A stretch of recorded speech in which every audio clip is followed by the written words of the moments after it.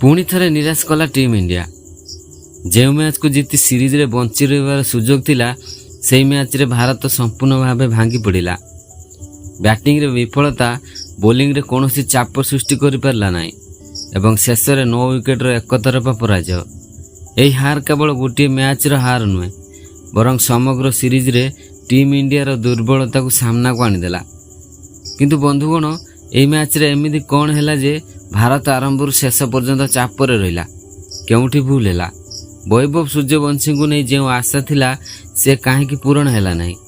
श्रेयस अय्यर को अधिनायकत्व उपर प्रश्न काहेकि उठुची? एवं सबुठार बड़ प्रश्न, भारत सतरे मैच हारिला ना कि निज भूल सीरीज को हाथ छड़ा कला? आज वीडियो रे आमे केवल स्कोर कार्ड देखिबु नाही बरं मैच रो प्रत्येक टर्निंग पॉइंट, प्रत्येक बड़ भूल, प्रत्येक निष्पत्ति एवं से सब कारण विषय आलोचना करिबु जहाँ शेष रे भारत को यही लज्जाजनक पराजय देदेला। ए वीडियो शेष में मुझे आपन को एमती गोटे कारण कहबी जहाँ को अनेक ध्यान दे नाहांती, किंतु से गोटे मुहूर्त मैच रो संपूर्ण चित्र बदलाई देला। तेणु वीडियोटी को शेष पर्यंत निश्चय देखंतु, कारण आपण जदि जन सत्यकार क्रिकेट प्रेमी तेबे यही हार प्रकृत कारण जानिबा अत्यंत जरूरी। चलंतु आरंभ करिबा आजिर संपूर्ण विश्लेषण। नमस्कार बंधुगण, आपण माने देखुचंती क्रिकेट पैशन ओडिया। बंधुगण, भारत पई यह केवल आउ गोटे हार नुहे, यह एमिति एक पराजय जहाँ लक्ष लक्ष क्रिकेट प्रेमी को निराश करदेला। कारण सीरीज रे टिकी रहिबाकू एही मैच जितिबा अत्यंत जरूरी थिला, किंतु जहाँ मैच रे देखिबाकू मिलिला ताहा केही आशा करि नथिले। मैच आरंभ इंग्लैंड भारत उपर चाप सृष्टि करबा आरंभ करदेला। प्रथम किछि ओवर ही भारतीय बैटर माने रन करिया पई संघर्ष करुथिले। गोटे पटे विकेट पड़ुथिला, अन्य पटे रन गति धीर हो जाउथिला।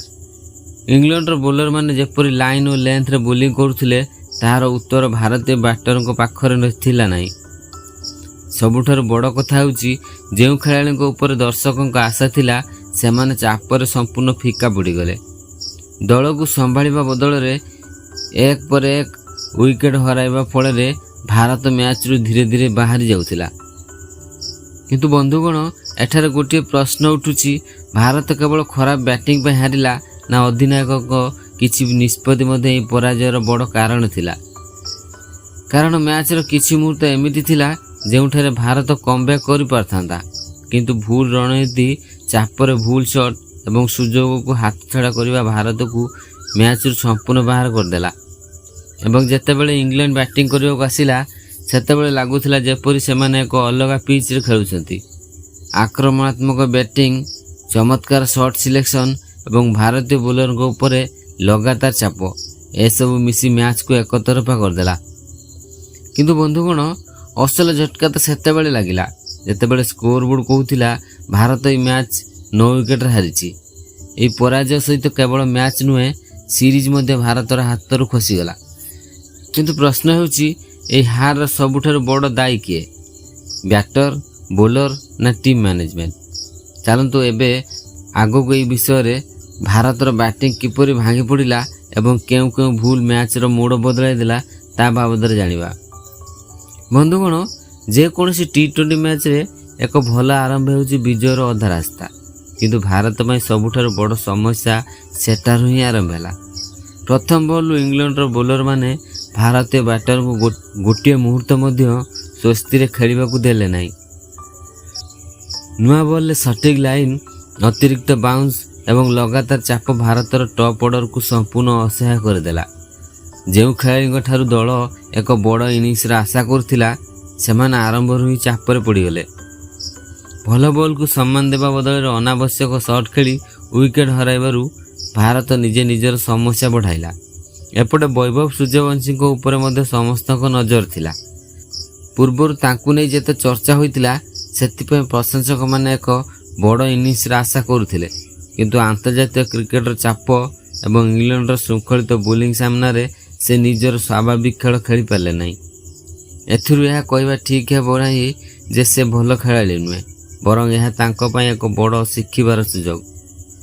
यह पर दायित्व थिला मिडिल ऑर्डर उपरे, किंतु सेठारे मध्य कौनसी बड़ सहभागिता गड़ी उठिला नहीं। ଜଣେ ବ୍ୟାଟର ସେଟ୍ ହେବା ପୂର୍ବରୁ ଅନ୍ୟ ଜଣେ ଆଉଟ୍ ହେଉଥିଲେ। ଫଳରେ ରନ୍ର ଗତି ମଧ୍ୟ ବଢ଼ିଲା ନାହିଁ ଏବଂ ସ୍କୋର ବୋର୍ଡରେ ଚାପ ବଢ଼ି ଚାଲିଲା। ବନ୍ଧୁଗଣ, ଟି20 କ୍ରିକେଟରେ କେବଳ ବାଉଣ୍ଡରୀ ମାରିଲେ ହୁଏ ନାହିଁ, ସବୁଠାରୁ ଜରୁରୀ ହେଉଛି ଷ୍ଟ୍ରାଇକ୍ ରୋଟେସନ୍। କିନ୍ତୁ ଭାରତୀୟ ବ୍ୟାଟରମାନେ ସେଠି ମଧ୍ୟ ପଛରେ ପଡ଼ିଗଲେ। ଡଟ୍ ବଲ୍ ବଢ଼ିବା ସହିତ ଚାପ ବଢ଼ିଲା ଆଉ ସେହି ଚାପରେ ଖରାପ ସଟ୍ ଖେଳି ୱିକେଟ୍ ହରାଇଲେ।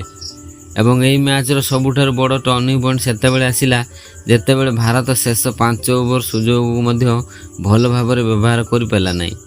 ଯେଉଁଠାରେ ଦଳ 40ରୁ 50 ରନ୍ ଯୋଡ଼ି ପାରୁଥିଲା, ସେଠାରେ ୱିକେଟ୍ ହରାଇ ଏକ ସାଧାରଣ ସ୍କୋରରେ ସୀମିତ ରହିଲା। ସେହି ସମୟରେ ବି ଲାଗୁଥିଲା ଯେ ଇଂଲଣ୍ଡ ଏହି ଲକ୍ଷ୍ୟକୁ ଆରାମସେ ହାସଲ କରିପାରିବ। କିନ୍ତୁ ପ୍ରଶ୍ନ ହେଉଛି, ଇଂଲଣ୍ଡ ଏତେ ସହଜରେ ଲକ୍ଷ୍ୟ କିପରି ହାସଲ କଲା? ଭାରତର ବୋଲରମାନେ କେଉଁଠି ଭୁଲ କଲେ ଏବଂ କେଉଁ ମୁହୂର୍ତ୍ତରେ ମ୍ୟାଚ୍ ସମ୍ପୂର୍ଣ୍ଣ ଭାବେ ଭାରତ ହାତରୁ ଖସିଗଲା? ସେହିସବୁ ପ୍ରଶ୍ନର ଆସନ୍ତୁ ଜାଣିବା ଆଗକୁ। ବନ୍ଧୁଗଣ, କ୍ରିକେଟରେ କୁହାଯାଏ ଯଦି ଆପଣଙ୍କ ସ୍କୋର କମ୍ ହୁଏ ତେବେ 6 ଓଭର ବୋଲିଂ ହିଁ ମ୍ୟାଚ୍ର ଭାଗ୍ୟ ନିର୍ଣ୍ଣୟ କରେ। ଭାରତୀୟ ପ୍ରଶଂସକମାନେ ମଧ୍ୟ ସେହି ଆଶାରେ ଥିଲେ ଯେ ପାୱାର ପ୍ଲେରେ 2 କିମ୍ବା 3ଟି ୱିକେଟ୍ ନେଇ ମ୍ୟାଚ୍କୁ ପୁଣି ଥରେ ରୋମାଞ୍ଚକ କରିଦେବେ ଭାରତୀୟ ବୋଲରମାନେ।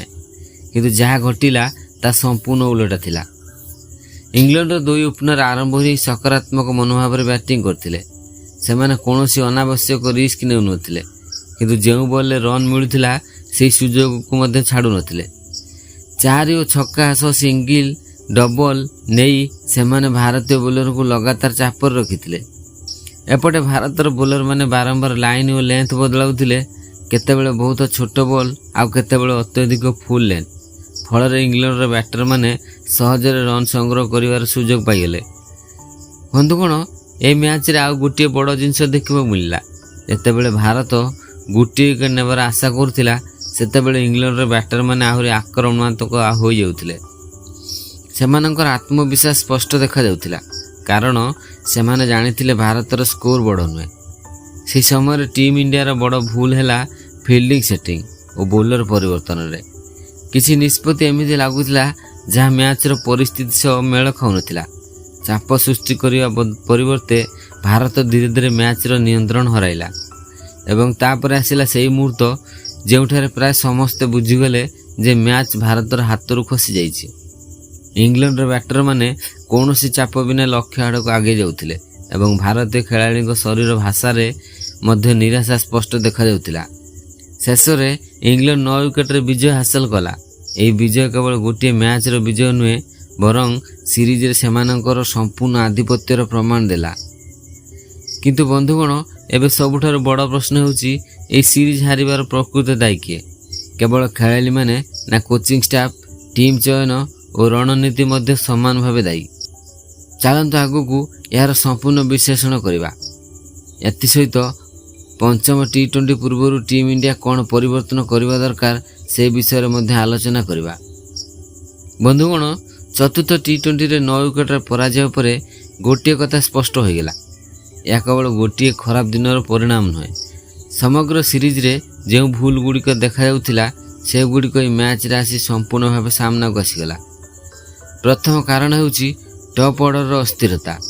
ଟି20 କ୍ରିକେଟରେ ଯଦି ପ୍ରଥମ 6 ଓଭରରେ ଭଲ ଆରମ୍ଭ ମିଳିନଥାଏ, ତେବେ ମିଡିଲ୍ ଅର୍ଡର ଉପରେ ଚାପ ବଢ଼ିଯାଏ।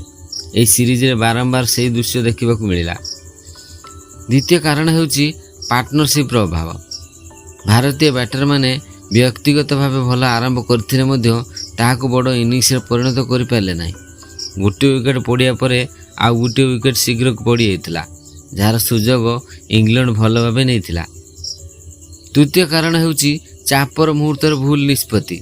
ସଠିକ୍ ବୋଲରଙ୍କୁ ସଠିକ୍ ସମୟରେ ବ୍ୟବହାର ନ କରିବା, ଫିଲ୍ଡିଂ ସେଟିଂରେ ତ୍ରୁଟି ଏବଂ ରନ୍ ଅଟକାଇବାରେ ବିଫଳତା ଭାରତକୁ ମ୍ୟାଚ୍ରୁ ଦୂରେଇ ଦେଇଥିଲା। ତେବେ କି ଏଥିପାଇଁ ସମସ୍ତ ଦୋଷ କେବଳ ଖେଳାଳିଙ୍କର? ମୋ ମତରେ ନା, କାରଣ ଗୋଟିଏ ଦଳ ଜିତିଲେ ସମସ୍ତଙ୍କର ଅବଦାନ ଥାଏ। ସେହିପରି ହାରିଲେ ମଧ୍ୟ ଦାୟିତ୍ୱ କେବଳ ଜଣେ କିମ୍ବା 2 ଜଣ ଖେଳାଳିଙ୍କ ଉପରେ ପଡ଼େ ନାହିଁ। ଟିମ୍ ମ୍ୟାନେଜମେଣ୍ଟ, ଅଧିନାୟକ, କୋଚିଂ ଷ୍ଟାଫ୍ ଏବଂ ଖେଳାଳି ସମସ୍ତଙ୍କୁ ଏହି ପରାଜୟରୁ ଶିଖିବାକୁ ପଡ଼ିବ। ଏବେ ସମସ୍ତଙ୍କ ନଜର ପଞ୍ଚମ ଟି20 ଉପରେ। ଯଦିଓ ସିରିଜ ହାତଛଡ଼ା ହୋଇଯାଇଛି, ତଥାପି ଶେଷ ମ୍ୟାଚ୍ରେ ଭଲ ପ୍ରଦର୍ଶନ କରି ଦଳ ସମ୍ମାନ ରକ୍ଷା କରିବାକୁ ଚେଷ୍ଟା କରିବ। ସେଥିପାଇଁ ବ୍ୟାଟିଂରେ ଅଧିକ ଦାୟିତ୍ୱ, ବୋଲିଂରେ ଅଧିକ ଶୃଙ୍ଖଳା ଏବଂ ମ୍ୟାଚ୍ରେ ସକାରାତ୍ମକ ମନୋଭାବ ଅତ୍ୟନ୍ତ ଜରୁରୀ। ବନ୍ଧୁଗଣ, କ୍ରିକେଟରେ ହାର ଜିତ ଲାଗି ରହେ, କିନ୍ତୁ ପ୍ରତ୍ୟେକ ପରାଜୟ ଗୋଟିଏ ନୂଆ ଶିକ୍ଷା ଦେଇଥାଏ। ଆଶା କରିବା ଟିମ୍ ଇଣ୍ଡିଆ ଏହି ଭୁଲ ଗୁଡ଼ିକରୁ ଶିଖି ଆଗାମୀ ମ୍ୟାଚ୍ରେ ଅଧିକ ଶକ୍ତିଶାଳୀ ଭାବେ ଫେରିବ। ଏବେ ଆପଣଙ୍କର ମତାମତ କ'ଣ? ଆପଣଙ୍କ ମତରେ ଏହି ପରାଜୟ ସବୁଠାରୁ ବଡ଼ କାରଣ କ'ଣ? ବ୍ୟାଟିଂ, ବୋଲିଂ, ଅଧିନାୟକତ୍ୱ ନା ଟିମ୍ ସିଲେକ୍ସନ୍? ନିଜର ମତାମତ କମେଣ୍ଟରେ ନିଶ୍ଚୟ ଜଣାନ୍ତୁ। ଯଦି ଆପଣଙ୍କୁ ଏହି ବିଶ୍ଳେଷଣ ଭଲ ଲାଗିଥାଏ ତେବେ ଭିଡ଼ିଓକୁ ଗୋଟିଏ ଲାଇକ୍ କରନ୍ତୁ, ଚ୍ୟାନେଲକୁ ସବସ୍କ୍ରାଇବ୍ କରନ୍ତୁ ଏବଂ ବେଲ୍ ଆଇକନ୍ ଦବାଇ ଦିଅନ୍ତୁ। ମୁଁ ଆପଣଙ୍କ ପାଇଁ ଏଭଳି ସଠିକ୍ ତଥ୍ୟଭିତ୍ତିକ ଏବଂ ରୋମାଞ୍ଚକର କ୍ରିକେଟ ବିଶ୍ଳେଷଣ ନେଇ ଆସିବି। ଧନ୍ୟବାଦ। ଜୟ ହିନ୍ଦ।